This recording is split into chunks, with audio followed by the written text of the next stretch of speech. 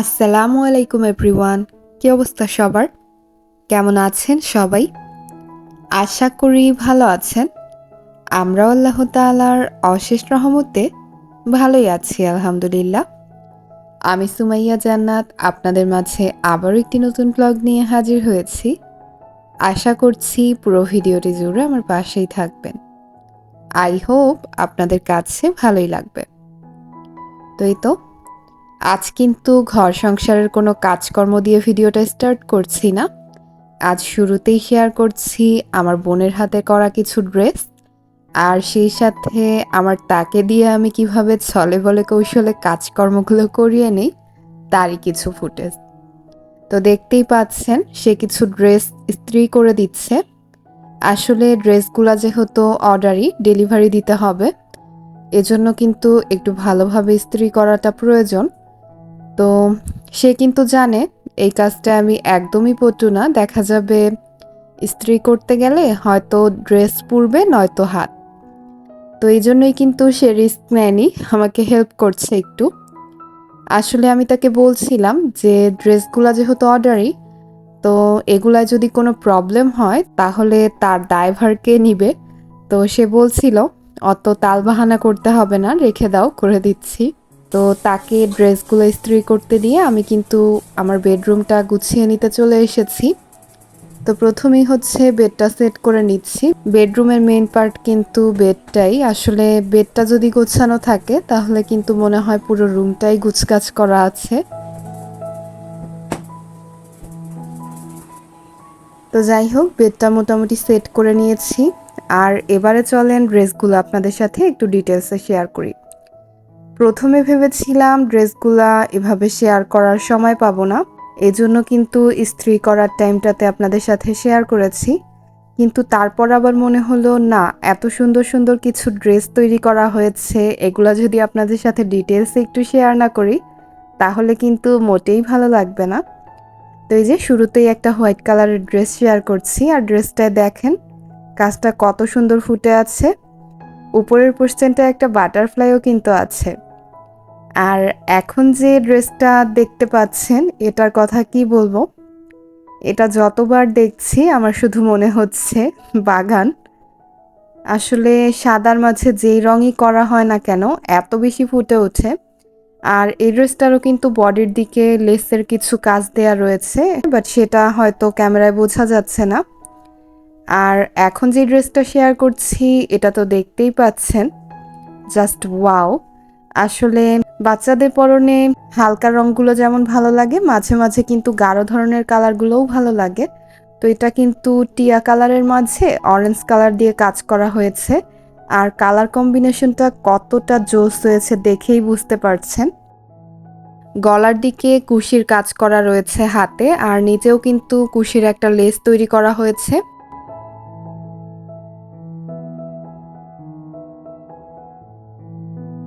তো সবগুলা ড্রেস আপনাদের সাথে একটু ডিটেলসে শেয়ার করছি। আপনাদের কাছে কেমন লাগলো আশা করি কমেন্টসের মাধ্যমে জানাবেন। আপনাদের মূল্যবান মতামতগুলো জানতে পারলে কিন্তু আমার কাছে বেশ ভালো লাগে। আর আপনি যদি আমার চ্যানেলটিতে নতুন হয়ে থাকেন তাহলে আপনার কাছে রিকোয়েস্ট থাকবে আমার চ্যানেলটি ঘুরে দেখে আসার। তারপর যদি মনে হয় আমি আপনার সাবস্ক্রিপশন লিস্টে থাকার যোগ্য, তাহলে কিন্তু আপনি চাইলে আমার চ্যানেলটি সাবস্ক্রাইব করে রাখতে পারেন। পাশে থাকা বেল আইকনের অল অপশনটি প্রেস করে রাখলে আমি ভিডিও ছাড়া মাত্রই পৌঁছে যাবে আপনার কাছে। আর আপনি যদি অলরেডি কাজগুলো করে থাকেন তাহলে আপনাকে জানাই অসংখ্য ধন্যবাদ। তো যাই হোক, কথা বলতে বলতে কিন্তু ড্রেসগুলো ডিটেলসে আপনাদের সাথে শেয়ার করেছি, আর দেখতেই পেয়েছেন প্রতিটা ড্রেস কতটা কিউট হয়েছে। আসলে ড্রেসগুলো যেহেতু অর্ডারই, ভাবলাম ডেলিভারি দেওয়ার আগে আপনাদের সাথে একটু শেয়ার করি, হয়তো আমার আপুদের কাছে ভালোই লাগবে। আসলে প্রতিটা ড্রেসই অনেক বেশি সুন্দর লাগছিল দেখতে, এই জন্য শেয়ার করা আর কি। আর সবসময় দেখবেন বড়দের ড্রেসগুলোর চেয়ে না ছোট বাচ্চাদের ড্রেসগুলাই বেশি অ্যাট্রাকটিভ হয়, দেখতে বেশি ভালো লাগে, তো এজন্যই কিন্তু শেয়ার করা। তো ড্রেসগুলো এখন আবার ভালোভাবে একটু ভাঁজ করে নিচ্ছি, যেহেতু আপনাদের সাথে শেয়ার করার জন্য কাজটা বাড়িয়েছি। সোহার বাবা কিন্তু ভাঁজ করে দিয়েছিল।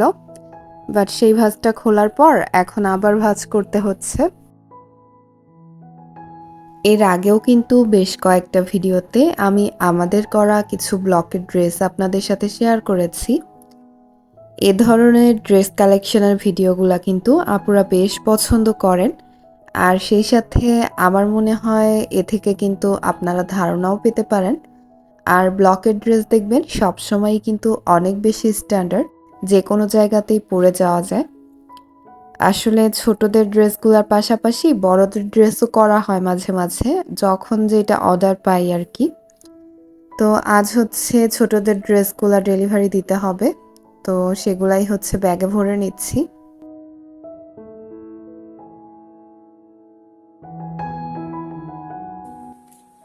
আর এখন চলে এসেছি কিচেনে।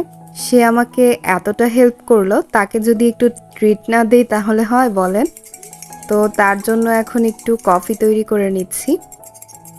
তার আনা কফি দিয়েই তাকে ট্রিট দিচ্ছি। কেমন হলো ব্যাপারটা? যাই হোক, কফি তৈরির জন্য পানিটা গরম করেছি, তারপর কফিটা তৈরি করেছি। এতেও তো সময় লেগেছে, তো এটাই কম কি। আসলে আমি ভাই গরিব মানুষ, ওভাবে ট্রিট দেয়া আমার পক্ষে পসিবল হয় না।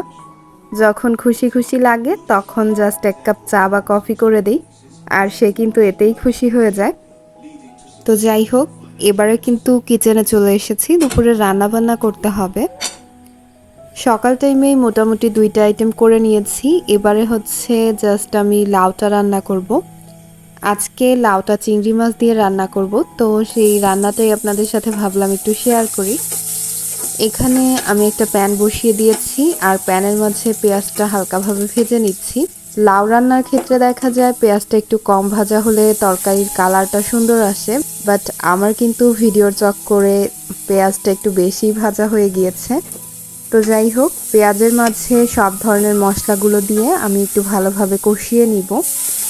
আর কষানোর জন্য ঢাকনাটা দিয়ে এই সাইডে আমি হচ্ছে কিছু ধনেপাতা বেছে নিচ্ছি।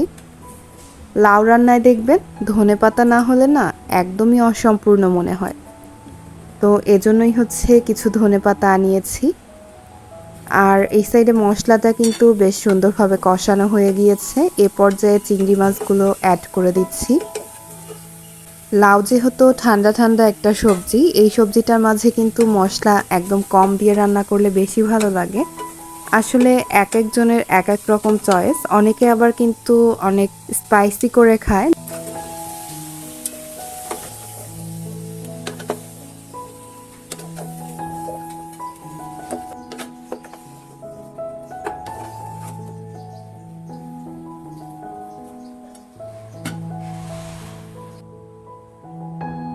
আর এগুলা কিন্তু বিলাতি ধনেপাতা। এখন কিন্তু দেশি যে ধনেপাতাটা আছে সেটা অলরেডি বাজারে চলে এসেছে।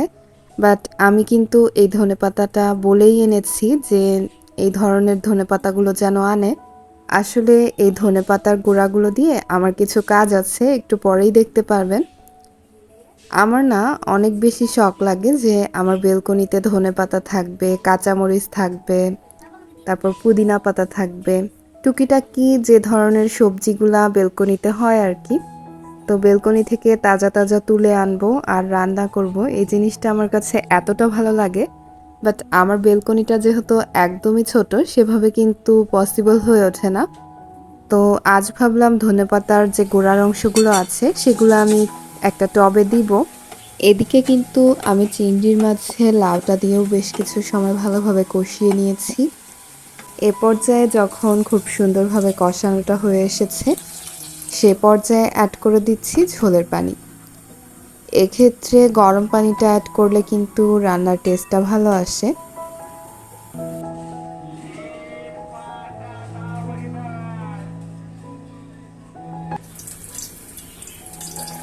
আর এই তো আমার লাউ রান্নাটা কিন্তু অলমোস্ট হয়ে এসেছে। এ পর্যায়ে অ্যাড করে দিচ্ছি কিছু কাঁচামরিচ আর ধনেপাতা।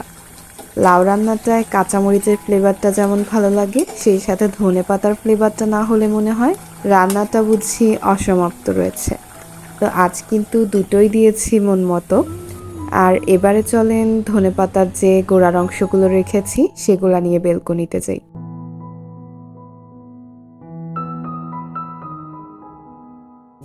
আসলে ইচ্ছে পূরণ বলতে পারেন। ছোট একটা বাটির মাঝে কিছু মাটি নিয়েছি, আর এটার মাঝে আমি গোড়াগুলো পুঁতে রাখবো। আদৌ ধনেপাতাগুলো বাঁচবে কিনা জানি না, আসলে হঠাৎই শখ হচ্ছিল যে ধনেপাতার গাছ লাগাই, তো এজন্যই কিন্তু আনা। তো লাগিয়ে দিচ্ছি, পরেরটা পরে দেখা যাবে বাঁচে কি মরে। তবে ইচ্ছে আছে বেলকনি থেকে নিয়ে নিয়ে খাবো। তো এই যে আমি কিন্তু বেশ অনেকগুলা চারা এটার মাঝে দিয়ে দিয়েছি। এতগুলো আসলে এই ছোট বাটির মাঝে হবে না হয়তো, কয়টা বাঁচবে কয়টা মরবে এমনটাই হবে। তারপরও আসলে ফেলতে ইচ্ছা হচ্ছিল না, এজন্যই কিন্তু লাগিয়ে দিয়েছি।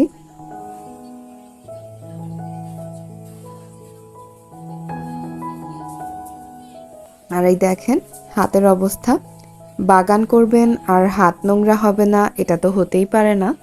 আসলে বাগানীদের হাত দেখলেই কিন্তু বোঝা যায় তারা গাছকে কতটা ভালোবাসে। আর এই তো এর মাঝে পুঁতে দিচ্ছি ক্লে দিয়ে তৈরি একটা কিউট দেখতে ফুল। এবার সুন্দর লাগছে না? তো যাই হোক, এদিকে কিন্তু লাউ রান্নাটাও হয়ে গিয়েছে। আর আজকের ব্লগটা এখানেই শেষ করছি। সবাই ভালো থাকবেন, সুস্থ থাকবেন। আল্লাহ হাফেজ। আসসালামু আলাইকুম।